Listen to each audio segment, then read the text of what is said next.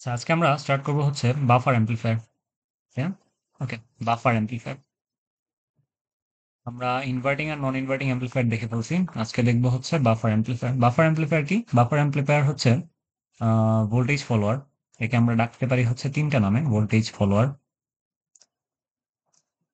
Buffer, amp. আর একটা নামে ডাকতে পারি, সেটা হচ্ছে ইউনিটি গেইন। ক্লিয়ার? আচ্ছা, তো unity gain, amp.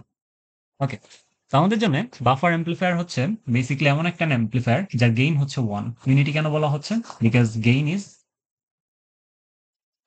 Equals to 1, তাই না? আচ্ছা, এই ধরনের বাফার অ্যাম্প্লিফায়ারের জন্য আমাদেরকে যদি আমরা ডেফিনেশনটা জানতে চাই, an amplifier which has a gain of 1, right? খুবই সুন্দর একটা কথা, গেইন হচ্ছে 1। ওকে, তো বাফার অ্যাম্প্লিফায়ার হচ্ছে সেই অ্যাম্প্লিফায়ার যেটাকে আমরা, বাফার কথাটা মানে কি? বাফার কথাটা আমরা বাফার পড়ে আসছি না? বাফার বেসিক্যালি বোঝা হচ্ছে একই বা এই ধরনের কথা বোঝায়। তো বাফার অ্যাম্প্লিফায়ার যদি 1 হয়, আমরা জানি কি V output equals to gain into V input, right? আচ্ছা, গেইন বাফার অ্যাম্প্লিফায়ারের জন্য গেইন কত? 1 না? আচ্ছা, তাহলে আমরা লিখতে পারি বাফার অ্যাম্প্লিফায়ারের জন্য V output equals two 1 into V in. তাহলে এই জিনিসটা কিভাবে লেখা যায় না? ভি আউটপুট সমান ভি ইনপুট। আচ্ছা, তার মানে আমি বলতে চাচ্ছি যে বাফার অ্যাম্প্লিফায়ারে যেটা হয় সেটা হচ্ছে, for buffer amplifier V output এবং ভি ইনপুট সেম থাকে।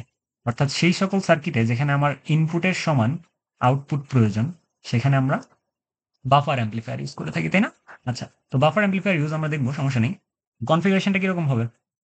আমরা চাচ্ছি হচ্ছে আমাদের ইনপুট সাইড আর আউটপুট সাইডের ভোল্টেজটা সেম হবে, ঠিক আছে? তো আমি যদি কনফিগারেশনটা দেখি বাফারের জন্য, এটাকে বলতেছি ইআই, গ্রাউন্ডে থাকবে। এই পোর্শনটাকে যদি আমরা এভাবে আঁকি, ওকে, এটা হচ্ছে আমাদের বাফার অ্যাম্প্লিফায়ারের কনফিগারেশন। আচ্ছা, আমাদের ভার্চুয়াল গ্রাউন্ডিং এর কনসেপ্টটা মনে আছে না? ভার্চুয়াল গ্রাউন্ড কি ছিল? পিন 2 আর পিন 3, অর্থাৎ দুইটা ইনপুট টার্মিনাল আর virtually shorted, right? Virtually shorted না?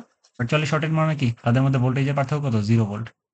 ভি ই ডি বা ভি ডিফারেন্স সমান 0 volt between V two and V three. এই কথাটা আমরা জানি। তার মানে এই প্রান্তের ভোল্টেজটা কি ইআই না? তাহলে অফকোর্স এই প্রান্তের ভোল্টেজটা কি হতে হবে? ইআই হবে, যেহেতু তারা ভার্চুয়ালি গ্রাউন্ডেড বা ভার্চুয়ালি শর্টেড। আচ্ছা, এখন এই টার্মিনালটা আবার কানেক্টেড হচ্ছে আমাদের 6 পিন বা আউটপুটের সাথে। তার মানে আমি বলতে পারি যে ইনপুট আর আউটপুট এখানে সেম, যেহেতু দুইটা প্রান্ত সেম নির্দেশ করতেছে। তার মানে এই অ্যাম্প্লিফায়ারটাতে V output equals to V input. Basically এই জিনিসটাকে আমরা বলতেছি হচ্ছে বাফার অ্যাম্প্লিফায়ার, ঠিক আছে? Buffer amplifier. আমরা যদি বাফার অ্যাম্প্লিফায়ারের ডিজাইনটা দেখে ফেললাম অলরেডি। তো ডায়াগ্রামটা হচ্ছে বাফার অ্যাম্প্লিফায়ার, বুঝতে পারছেন? আচ্ছা, এটা হচ্ছে আমাদের বাফার অ্যাম্প্লিফায়ার।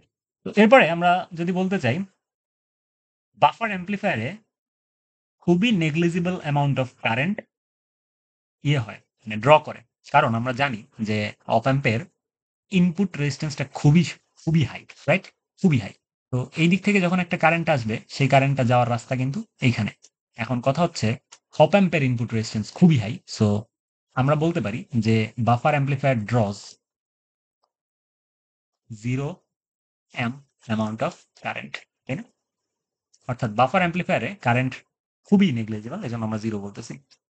তাহলে এরকম কি সম্ভব যে আমরা একটা বিগ সার্কিট বা খুব বড় একটা সার্কিটকে যদি একটা লোডের সাথে কানেক্ট করতে চাই, লোড রেজিস্ট্যান্স বা এটাকে আচ্ছা আমরা সিম্পলি বলি হচ্ছে লোড,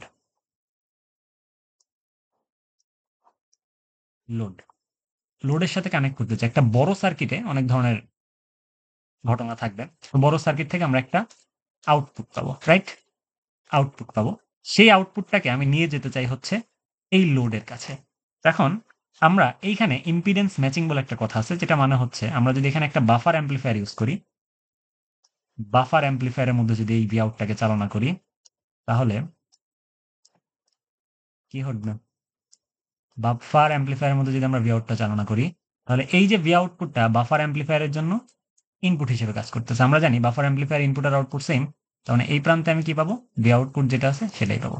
আলটিমেটলি কি এই মাঝখানের যে রাস্তা এই রাস্তায় কিন্তু কোনো লস হচ্ছে না, হচ্ছে না।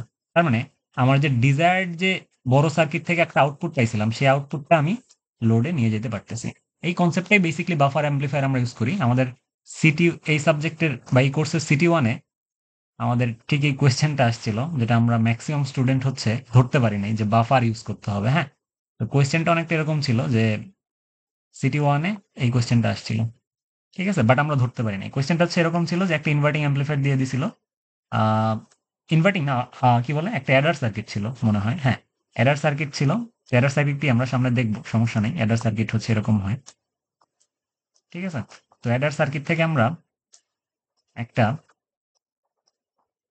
প্লাস, এটা হচ্ছে অ্যাডার সার্কিট, এখানে ছিল ভিআই, ভি1, ভি2, ভি3, একটা অ্যাডার, এটা ছিল হচ্ছে আরএফ, এটা ছিল হচ্ছে আরআই, এটা ছিল হচ্ছে আমাদের আউটপুট টার্মিনাল। আমাদেরকে বলা হয়েছিল যে যে আউটপুটটা পাচ্ছ সেই আউটপুটটাকে একটা লোডে কানেক্ট করো। তো আমরা সবাই কি করছিলাম, এই যে এরকম একটা লোড এঁকে দিয়ে দিছিলাম, ঠিক আছে।